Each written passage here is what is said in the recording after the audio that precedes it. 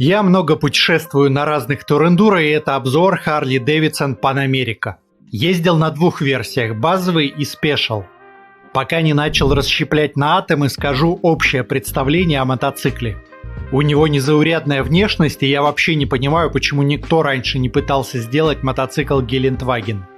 Милитари стиль вечен, нарисовать элементарно. Стиль прощает огрехи изготовления, торчащие провода и щели. Конкурентов практически нет. Большая часть класса наглухо уродливые мотоциклы. Если отойти от внешности Харлика, сформулировать впечатление не так просто. Я думал и придумал аналогию. Pan America — это такой школьник-хорошист Петров с третьей парты. На Олимпиады его не зовут, учителя не рыдают от счастья, к доске вызывать скучно. Все ответит, но без задора. И даже поругать не за что, за теплицей не курит, за косички не дергает, стекла мечом не бьет. Глобально ругать не за что. Нормальная подвеска, нормальная управляемость, нормальные тормоза, нормальная динамика, нормальный комфорт. На доску почета не за что повесить. Всегда есть мотоцикл, который делает что-то лучше Пана. Но по совокупности мотоцикл хороший, но не лучший, но хороший. Если для вас фактор номер один внешность и очень хочется Гелендваген, берите. К тому же Pan America продается по очень хорошей для класса цене, буквально на нижней границе. Если взять европейские цены на стоковые модели, дешевле в классе кое-где можно урвать только остатки снятых с производства кросстуреров и супертенери. Если речь про новые модели больше 1100 кубиков, Pan самый дешевый. И в отличие от большинства моделей, Pan даже в стоке годный. Pan America достаточно, чтобы не всплыли какие-то массовые поломки, и он без труда отъест кусок от доли гуся. Они бьют примерно в одну и ту же аудиторию. Положительных рецензий и так уже много. Для американского рынка модель имеет все шансы через несколько лет стать номером один в своем классе. Harley в Америке 16 кварталов подряд показывал падение продаж, и Pan America — луч надежды, который может вытянуть бренд наверх. Просто из-за патриотизма и миссии по спасению марки при одинаковой симпатии к Пану и ГС американцы выберут Harley. Для американцев это не просто один из мотоциклов, а символ Америки. Странный фактор, но он есть. У Пана есть на старте преимущество, которым так кичатся гусеводы — дилерская сеть. По несвежим данным, у Harley дилеров больше, чем у BMW Motorrad, но надо видеть совсем свежие данные, потому что Harley в последнее время перестраивали концепцию дилерства. Не суть, просто их много в местах, про которые даже не подумаешь. Например, во всех крупных городах Индии обязательно есть полноценный дилер Harley, и они там отнюдь не только стритстер продавали. Еще одно достоинство: у Harley развита культура кастомов. Через год-два любых примочек на вкус и цвет будет завались, чего лишены, например, японцы с ограниченным количеством стандартных аксессуаров. Pan America — первый тур-эндуро для Harley, и в мелочах это заметно. Большинство вещей сделано с оглядкой на конкурентов, но есть и глупости. Например, одна бесячая штука. Начну издалека. У Harley аккумулятор стоит спереди, в самом низу, где обычно трубы коллектора. Многие из вас уже подумали, а что будет, если мотоцикл посадить в грязь или ехать через брод? Думать веселее, глядя на профиль мотоцикла с глушителем, задранным до ушей. Смысл так задирать глушитель только в том, чтобы его не заливало водой в больших лужах. В остальном ничего удобного в этом нет, и занижение глушителя снижает центр тяжести и позволяет ближе к седлу повесить кофры. Ну и раз уж затронул тему кофров, рамки под боковые кофры у Пана адски расставлены, а задняя площадка выдерживает 2,5 килограмма. Площадка не должна выдерживать вес самого кофра, обезопасили себя так обезопасили. Так вот, аккумулятор поставили там, где у нормальных мотоциклов коллектор, здесь трубы справа, и это проблема. Забудьте о том, что я в каких-то обзорах говорил о горячем двигателе. По сравнению с Паном вообще ерунда. Здесь труба коллектора — серьезная проблема для всех, кроме фанатов Harley, у которых ноги давно подкопченные от других моделей марки. Когда едешь, нога стоит ровно возле трубы, ногу даже деть некуда при всем желании. Встаешь на землю, трешься бедром по трубе. Как на этом можно ездить в джинсах по городу, я вообще не представляю. Владелец мотоцикла тоже жаловался на жар от трубы и надеялся, что появится тюнинг с другой накладкой на трубе. В принципе, можно попробовать накладку трубы нарастить втулками и сзади проклеить термоизоляцией. Это единственный минус, который раздражает, остальные странности мотоцикла больше умиляют, как щенок, сделавший лужи на паркете. Двигатель. По цифрам все как у людей. Двухцилиндровый, 1252 сантиметра, крутящий момент 128 ньютон-метров на 6750 оборотах, золотой стандарт больших тур-эндуро. И мощность 152 лошади на 8750 оборотах, верхняя граница стандарта. Двигатель довольно странный. Его точно нельзя назвать низкооборотистым, чего ожидаешь от Харли. Это заметно при сравнении с Супер Тенери, где более круизерный мотор, и он почти на всю тянет до 3000. Харли по сравнению с Ямахой слабоват на низах, зато несравнимо динамичнее в середине. Я с двигателем и вообще с мотоциклом прошел все стадии от отрицания до принятия, пару дней привыкал, чтобы начать наслаждаться. По первой поездке он мне совсем не понравился, потом втянулся. Для большинства мотоциклов ощущения, которые получил за 30 минут, в дальнейшем не меняются. Когда тестировал, еще не видел график крутящего момента, он бы сильно упростил понимание. Сразу скажу, график брал с незнакомого ресурса, поэтому за правдивость не ручаюсь. По ощущениям, график немного сдвинут на шкале, но суть правильная. В итоге пришел к оптимальному ритму, держал обороты где-то в районе 4-4,5 тысяч. Хорошая тяга, есть под ручкой подрыв, при этом мотор позволяет понизить и повысить обороты, не перещелкивая передачи в горах. После привыкания динамика стала радовать. Не скажу, что прям в восторге от двигателя, но вполне прилично и есть ощущение большого мощного мотора, чего не хватает на том же Супер Тенери. Дальше крутить не хочется, только на каких-нибудь обгонах, потому что и звук напрягать начинает, и вибрации появляются. Читал интервью с заводским представителем, он заявлял, что специально добавили немного вибраций, чтобы он чувствовался как Харли. Я прям так и представил, как сделали идеальный двигатель, а потом щепотку болтов в него закинули для остроты. Это пиар-лапша. Вибрации плавающие. На холостых приятные пульсирующие, таких действительно ждешь от Харлей, и они добавляют шарма. Потом где-то до 4500 оборотов никаких ощутимых вибраций нет, на уровне нормальных мотоциклов. С 4500 оборотов идет зуд по бедрам, но тоже не проблема, бак довольно узкий и можно просто не вцепляться в него на трассе. А вот ближе к 5000 и дальше зуд переходит в ноги и немного в руки. Зуд никакого шарма уже не дает, но и не сказать, что сильно напрягает, в рамках среднестатистического мотоцикла. Ездить часами не надоедает, если чрезмерно не крутить.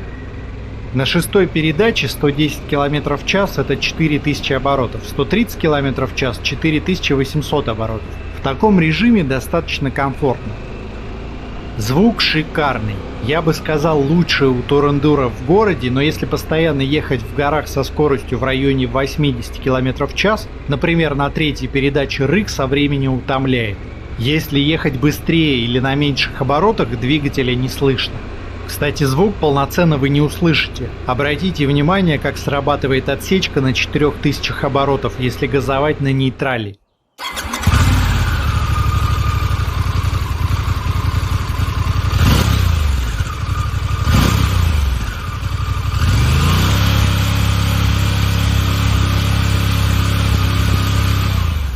Я поддерживаю выбор цепи у КТМ и Мультистрады, а Пан едет и ощущается именно как карданный мотоцикл.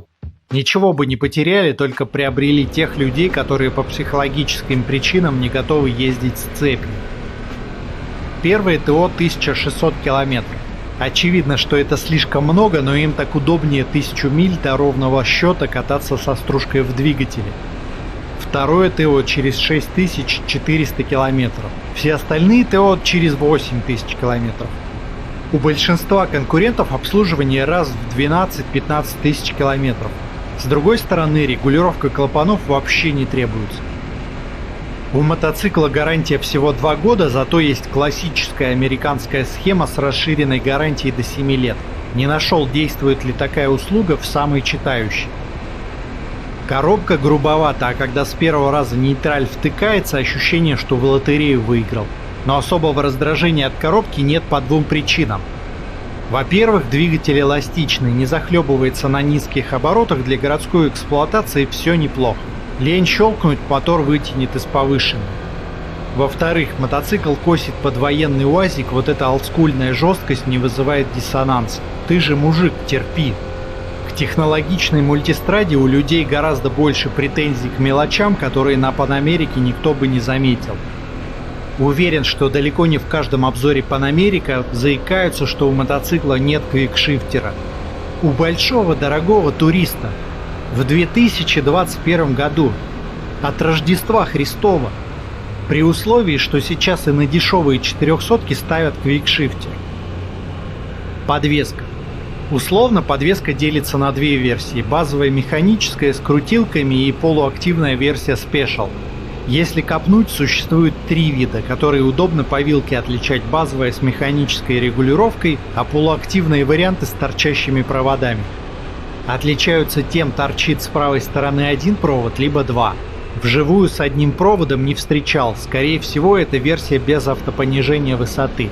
Наверняка с Алиэкспресса можно будет заказать колпачки с фейковыми проводками, чтобы пацаны на смотре не засмеяли. Обычно я топлю за полуактивную, но конкретно на Панамерика диапазон изменения настроек не такой уж широкий, во всех режимах норм без крайности. Тот же эффект и от механической подвески оптимально настроена для большинства сценариев, как на хорошем кроссовере. На серпантинах сильно не клюет и позволяет ездить активно, на грунтовках что-то там умеренно глотает. В общем, для тех людей, которые выставляют среднее значение подвески и так и ездят на нем всю жизнь, вполне приличное. Какой-то кардинальной разницы между подвесками я не почувствовал, хотя гонял каждую в разных режимах. Забавно, что Harley-Davidson, которые не занимаются эндуро-техникой, предлагают два варианта бездорожных пресетов. Мягкую прогулочную, которая больше для плохих дорог на манер японских мотоциклов, и жесткую в стиле КТМ для более агрессивной езды. Подвеска по чисто физическим причинам не может дотянуть до Африки Твин и любого КТМ, но задумка хорошая.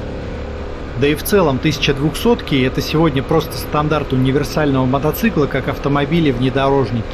Большинство гелендвагенов, как и больших турендуро, передвигаются исключительно по хорошему асфальту, и в этом ничего нет плохого. По разбитому асфальту и гравийкам едет хорошо, да и ладно. А то по комментариям часто складывается впечатление, что люди выбирают между эндуро 250 и Панамерика. Колеса по классике 19-17 дюймов. В базе литые диски как опция есть бескамерные спецованные, они еще понтовые с надписями. Стоит приятная стоковая резина Michelin Scout Adventure. Я с ней не был знаком, но имел пару моделей резины с похожим протектором. И на асфальте хорошая, и на какой-нибудь щебенке или слегка сыпучем грунте есть уверенность. Главная фишка, которую пиарили, потому что ни у кого нет – автоснижение высоты. Во влажных фантазиях я представлял понижение как на автобусах, а тут не так уж значительно, где-то на 3-4 сантиметра. Полноценно оценить не могу, потому что с моим ростом 188 сантиметров я и так прекрасно достаю ступнями. Чтобы почувствовать эффект, нужно быть человеком, которому как раз сантиметра 4 не хватает для полного счастья. С ростом 160 сантиметров можно проходить мимо, этот мотоцикл не для вас. Я специально мучил менеджера, чтобы со стороны автопонижения посмотреть. Работает достаточно быстро, но не уверен, что будет эффективно на бездорожье. Чтобы проще залезть на мотоцикл и стоять на светофоре, хорошо. Эргономика у мотоцикла нестандартная. Во-первых, несмотря на огроменную высоту мотоцикла, у меня в коленях угол чуть-чуть острее, чем хотелось бы даже в высоком положении седла. Не критично, и я большую часть времени нормально проездил в нижнем положении седла, чтобы мошек меньше летело, но странно, для чего так подножки задирать. При желании легко лечится заменой подножек на регулируемой по высоте, даже если дядя Степа. Руль интересный, он как круизерный, высокий. С ним тоже стадии гнева принятия прошли. Я сначала взял мотоцикл и побежал на свой традиционный полигон. Вообще не понравилось рулить. Руль далеко и высоко, если прямо сидеть, руки распрямлены и рулишь не сгибанием локтей, а плечами. Это хорошо на магистралях, но остро подруливать неудобно. Через пару дней привык, что на ровной трассе едешь прямо, хотя с такой посадкой хочется руль либо шире, либо прямой формы, но не суть. А когда нужно где-то порулить, чуть вперед наклоняешься, чтобы в локтях был достаточный угол. Когда привык, все вопросы отпали. С высоким рулем отлично в стойке даже высоким, все как надо без проставок. Бак узкий и скользкий, нужно сразу брать опциональные накладки на бак для зацепа, с ними гораздо лучше. Седло мягкое, но толку мало. Это вкусовщина, на мой взгляд, оно где-то на уровне премиального среднекубатурника, но чуть хуже, чем на большинстве конкурентов. Я сужу только потому, что через несколько часов начинал ерзать по седлу, обычно на 1200-ках такого нет. Вообще уровень комфорта где-то на уровне 900-го Тигра, комфортно, но не самый топ. Ветрозащита весьма средненькая. В ноги обширно дует, это косвенный признак, что в дождь заливать будет. В плечи слегка бьет, отчего может накапливаться усталость на магистрали. Можно похвалить стекло, неплохое даже для высоких и не болтает шлем. Существует опциональное фирменное стекло, которое еще выше. Для высоких людей, которым нравятся мотоциклы только в стоке, это хороший вариант. Стекло в стоке для высоких, из конкурентов только у Multistrad до Большого Тигра, у остальных на замену. Как нетронутый вариант, Pan America хорош тем, что у него установлена грамотная защита на версии Special, которую можно смело валять. И боковые дуги функциональные, даже есть опциональная защита глушителя. А защита картера только восхищение вызывает. Ровная пластина на всю длину до центральной подставки. Мечта. Правда, сама культура Harley-Davidson, когда некоторые модели имеют в стоке только огрызок седла без возможности сесть пассажиру, подразумевает тотальную кастомизацию мотоцикла. Стоковый Harley – оксюморон. Стекло мне еще нравится своей формой. При взгляде снаружи не сильно выделяется, но когда едешь, импонируют эти квадратные рубленые формы. Я не припомню стекла подобной формы, странно, что оно при этом хорошо работает. Еще рубленые формы подчеркиваются зеркалами. Вообще стиль милитари классный для производителя. Можно тупо поставить зеркала от Жигулей в корпусе из неокрашенного пластика, и еще все восторгаться будут. Мне тоже нравится. Все в зеркалах видно, и за рулем ощущаешь себя на танчике. В Европе не так, а в России, Америке и арабских странах целый культ милитари. Если говорить о стиле, Special выглядит более завершенным. Там и защита рук такой грубой формы, как будто детали от Хаммера, и куча лишних брутальных железок. Еще разница в фаре. На базовой версии под стеклом тупой черный пластик, вживую выглядит еще страннее, чем на видео, туда шильдик просится. В версии Special под стеклом дополнительная фара с адаптивной подсветкой поворотов по классической схеме. В зависимости от угла наклона плавно включаются дополнительные диоды. Прикольные поворотники. С одной стороны спереди они похожи на типичные противотуманки и адвенчер байков, а с другой выглядят винтажными и хотя бы не такими, как у всех.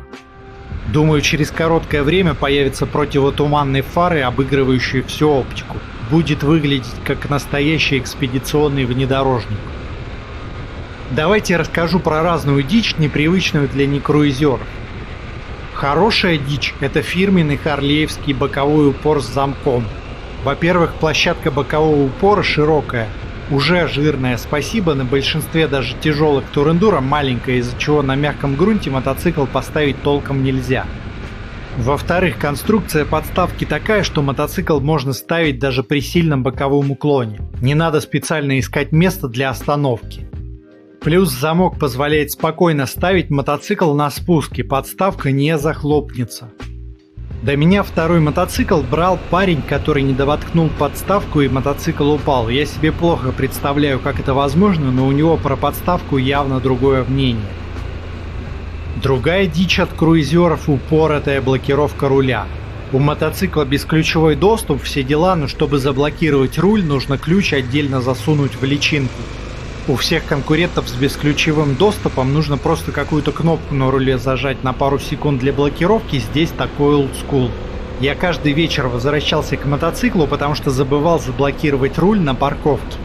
Зачем вообще нужен бесключевой доступ, если постоянно ключ достаешь?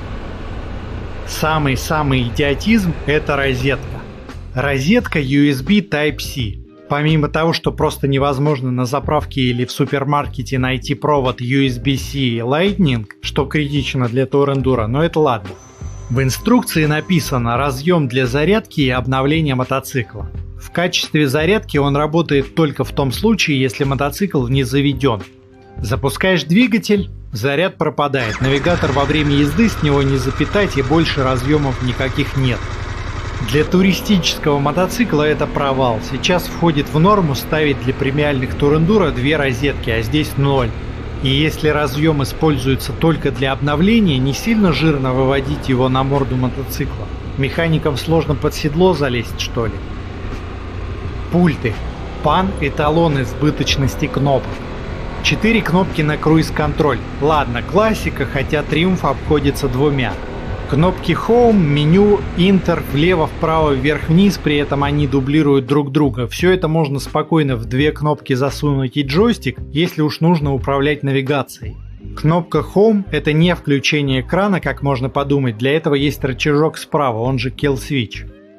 Еще гигантский блок управления музыкой, который точно можно было совместить с джойстиком управления навигацией. Отдельная кнопка Traction контроля. Зачем она нужна, если уровень Traction контроля привязывается к режиму езды? Отдельная кнопка перелистывания трипометра, хотя ровно то же самое делают кнопки вверх и вниз. Объясню, почему меня это напрягает.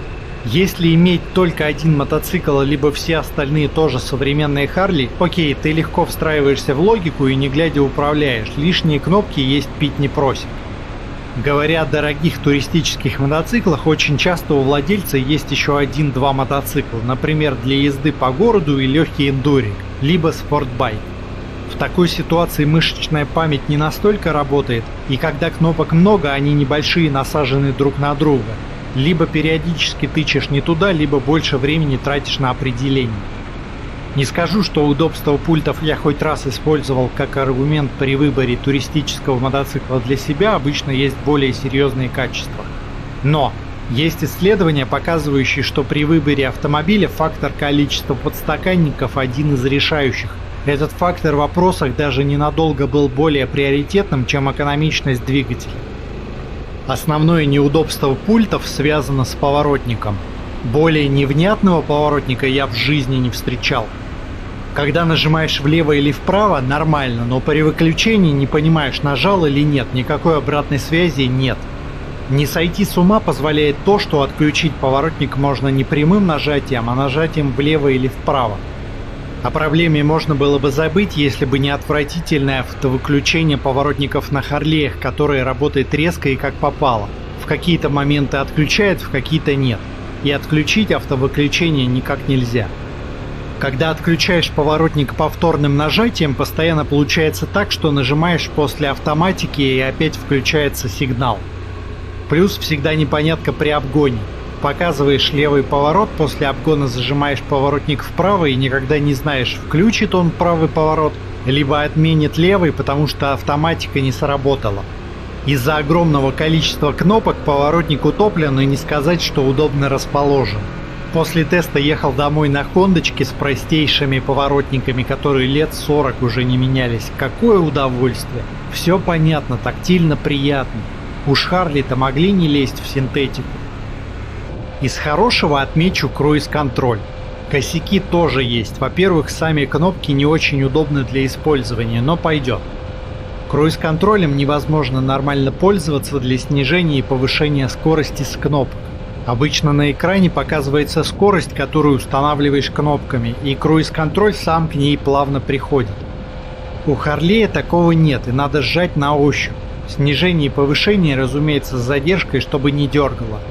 При этом снижение и повышение кнопками привязано к милям. Один щелчок увеличивает скорость на 1,6 км в час. Поэтому сходу пересчитать километры в мили и отщелкать нужное количество раз – плохая альтернатива. На пару-тройку километров в час изменить скорость щелчками можно, сбросить на 20 км в час гораздо проще отключить круиз и газом подстроить. Это единственный минус. Самое классное, как отключается круиз-контроль. На большинстве мотоциклов это целая проблема, когда едешь с пассажиром. Классическая ситуация: едешь на магистрали по правому ряду, а слева кто-то едет быстрее, и ты скоро упрешься во впереди едущий грузовик. Надо сбросить газ и пропустить опережающего. Плохой пример, Заморский. Давайте классическую российскую ситуацию. Не спеша едешь по встречке на максимальной скорости круиз-контроля, какой-то баран на грузовике спереди обгоняет другую фуру и надо сбросить газ. После обгона поравняться с грузовиком и сурово посмотреть на водителя. На автомобилях у круиз-контроля есть кнопка 0, которая отключает круиз-контроль, но не сбивает заполненную скорость, и автомобиль плавно накатиком едет, медленно притормаживая. На большинстве мотоциклов круиз-контроль можно отключить, либо нажав рычаг сцепления, либо тормоза. Оба варианта дернут мотоцикл, и пассажир будет встревожен. В хороших мотоциклах ручка газа имеет обратный ход для отключения круиза. Только в большинстве мотоциклов это действие тоже дергает мотоцикл, а в Харлее это происходит мягко. Причем, если в настройках режима езды выбрать самый мягкий режим торможения двигателем, будет ровно тот же эффект, как на автомобилях, когда без рывка дальше накатом едешь. Еще одна шикарная штука: при действующем круиз-контроле можно открутить ручку газа, ускориться, и после закрытия газа круиз-контроль вернется к установленной скорости. Собственно, как на автомобиле. На большинстве мотоциклов при откручивании ручки газа во время работы круиз-контроля вообще ничего не происходит, и перед обгоном нужно нажать на тормоз. А теперь вишенка на торте — экран. Во-первых, это один из самых больших экранов на Турендуро, больше только у нового КТМ 1290. Во-вторых, экран сенсорный, что у мотоциклов большая редкость. В-третьих, экран хорошо регулируется по углу наклона, с бликами проблем не было. В-четвертых, есть русский язык. Казалось бы, что может пойти не так?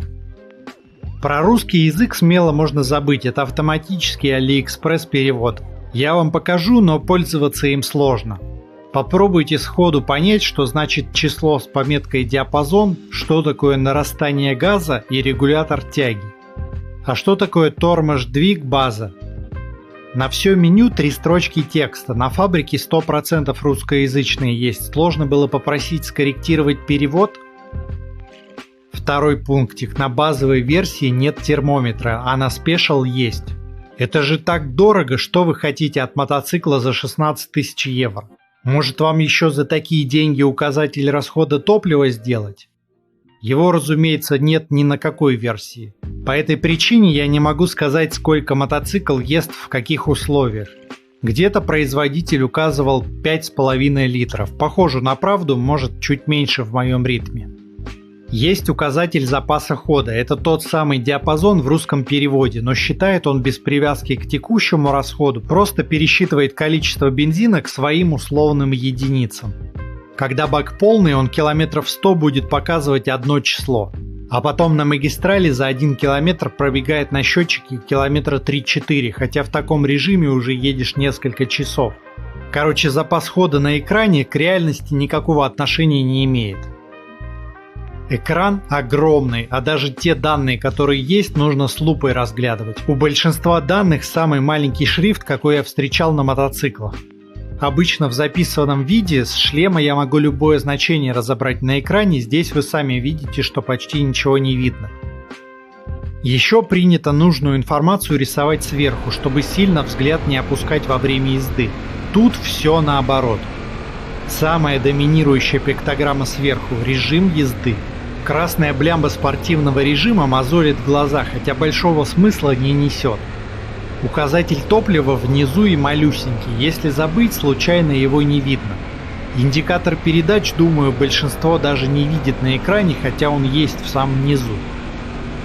Сама концепция экрана современная, есть 4 зоны по углам, в которые якобы можешь установить разные виджеты, если вас устраивает выбор из единственного варианта. Главная проблема в том, что данных не хватает, а те, что есть, супер мелкие. Реализация режимов езды хорошая, но тоже со странностями. Некоторые режимы езды можно включать-отключать, чтобы зря не пролистывать. Правда, я никогда не пользуюсь предустановленным режимом Road, а его отключить или перенастроить нельзя. Помимо стандартных Rain Road Sport Off-Road есть настраиваемые кастомные режимы. Максимально переусложнено и рассчитано на людей, которые получают ожоги от кофе в Макдональдсе и сушат кошек в микроволновке. Если учитывать, что когда выбираешь режим во время езды, для этого, кстати, отдельная кнопка, хотя спокойно можно было реализовать стрелками влево-вправо, показывается не название текстом, а пиктограмма, для 4 внедорожных режимов они похожи, отличаются только цветом и наличием или отсутствием маленькой буковки на пиктограмме. Легко запутаться. К настраиваемым режимам вопросов нет, сделано так, что многие обзавидуются. Можно настроить карту работы двигателя, условно мощность двигателя, отлично. Есть отклик ручки газа из 4-5 вариантов, отлично. Есть настройка интенсивности торможения двигателем из 4 или 5 вариантов, за это 5 с плюсом. Потому что для спокойной езды по трассам, особенно с пассажиром, один вариант хорош, для агрессивной езды по серпантинам лучше другой. 3 режима углового трекшн-контроля с антискольжением или антибуксом, 3 режима угловой ABS, 5 режимов работы подвески, если мы говорим о версии Special, и 4 режима работы присаживания мотоцикла на остановке при наличии опции, там разница в задержке срабатывания. Также есть ненастраиваемые антистоп и антивили, зачем-то жестко привязанные к режимам езды. Другой режим работы экрана – полноценная навигация с картой. Работает с приложением Harley Davidson, которое недоступно в российском App Store. В принципе, если у вас нет активных подписок, можно сменить страну в App Store и скачать приложение. Если подписки есть, ну что ж, нет у вас навигации. Почитал свежие отзывы о приложении. Во-первых, ругаются на то, что быстро высасывает батарейку из-за функции постоянной записи трека, и по удобству навигации есть проблемы. Через один в отзывах вывод, что лучше использовать Google, и часто жалуются на то, что вводит по платным дорогам, даже если просишь избегать. Давайте двигаться к итогам. Думаю, вы уже забыли, что мотоцикл я сначала похвалил. У него действительно вагон странностей, которые легко исправить.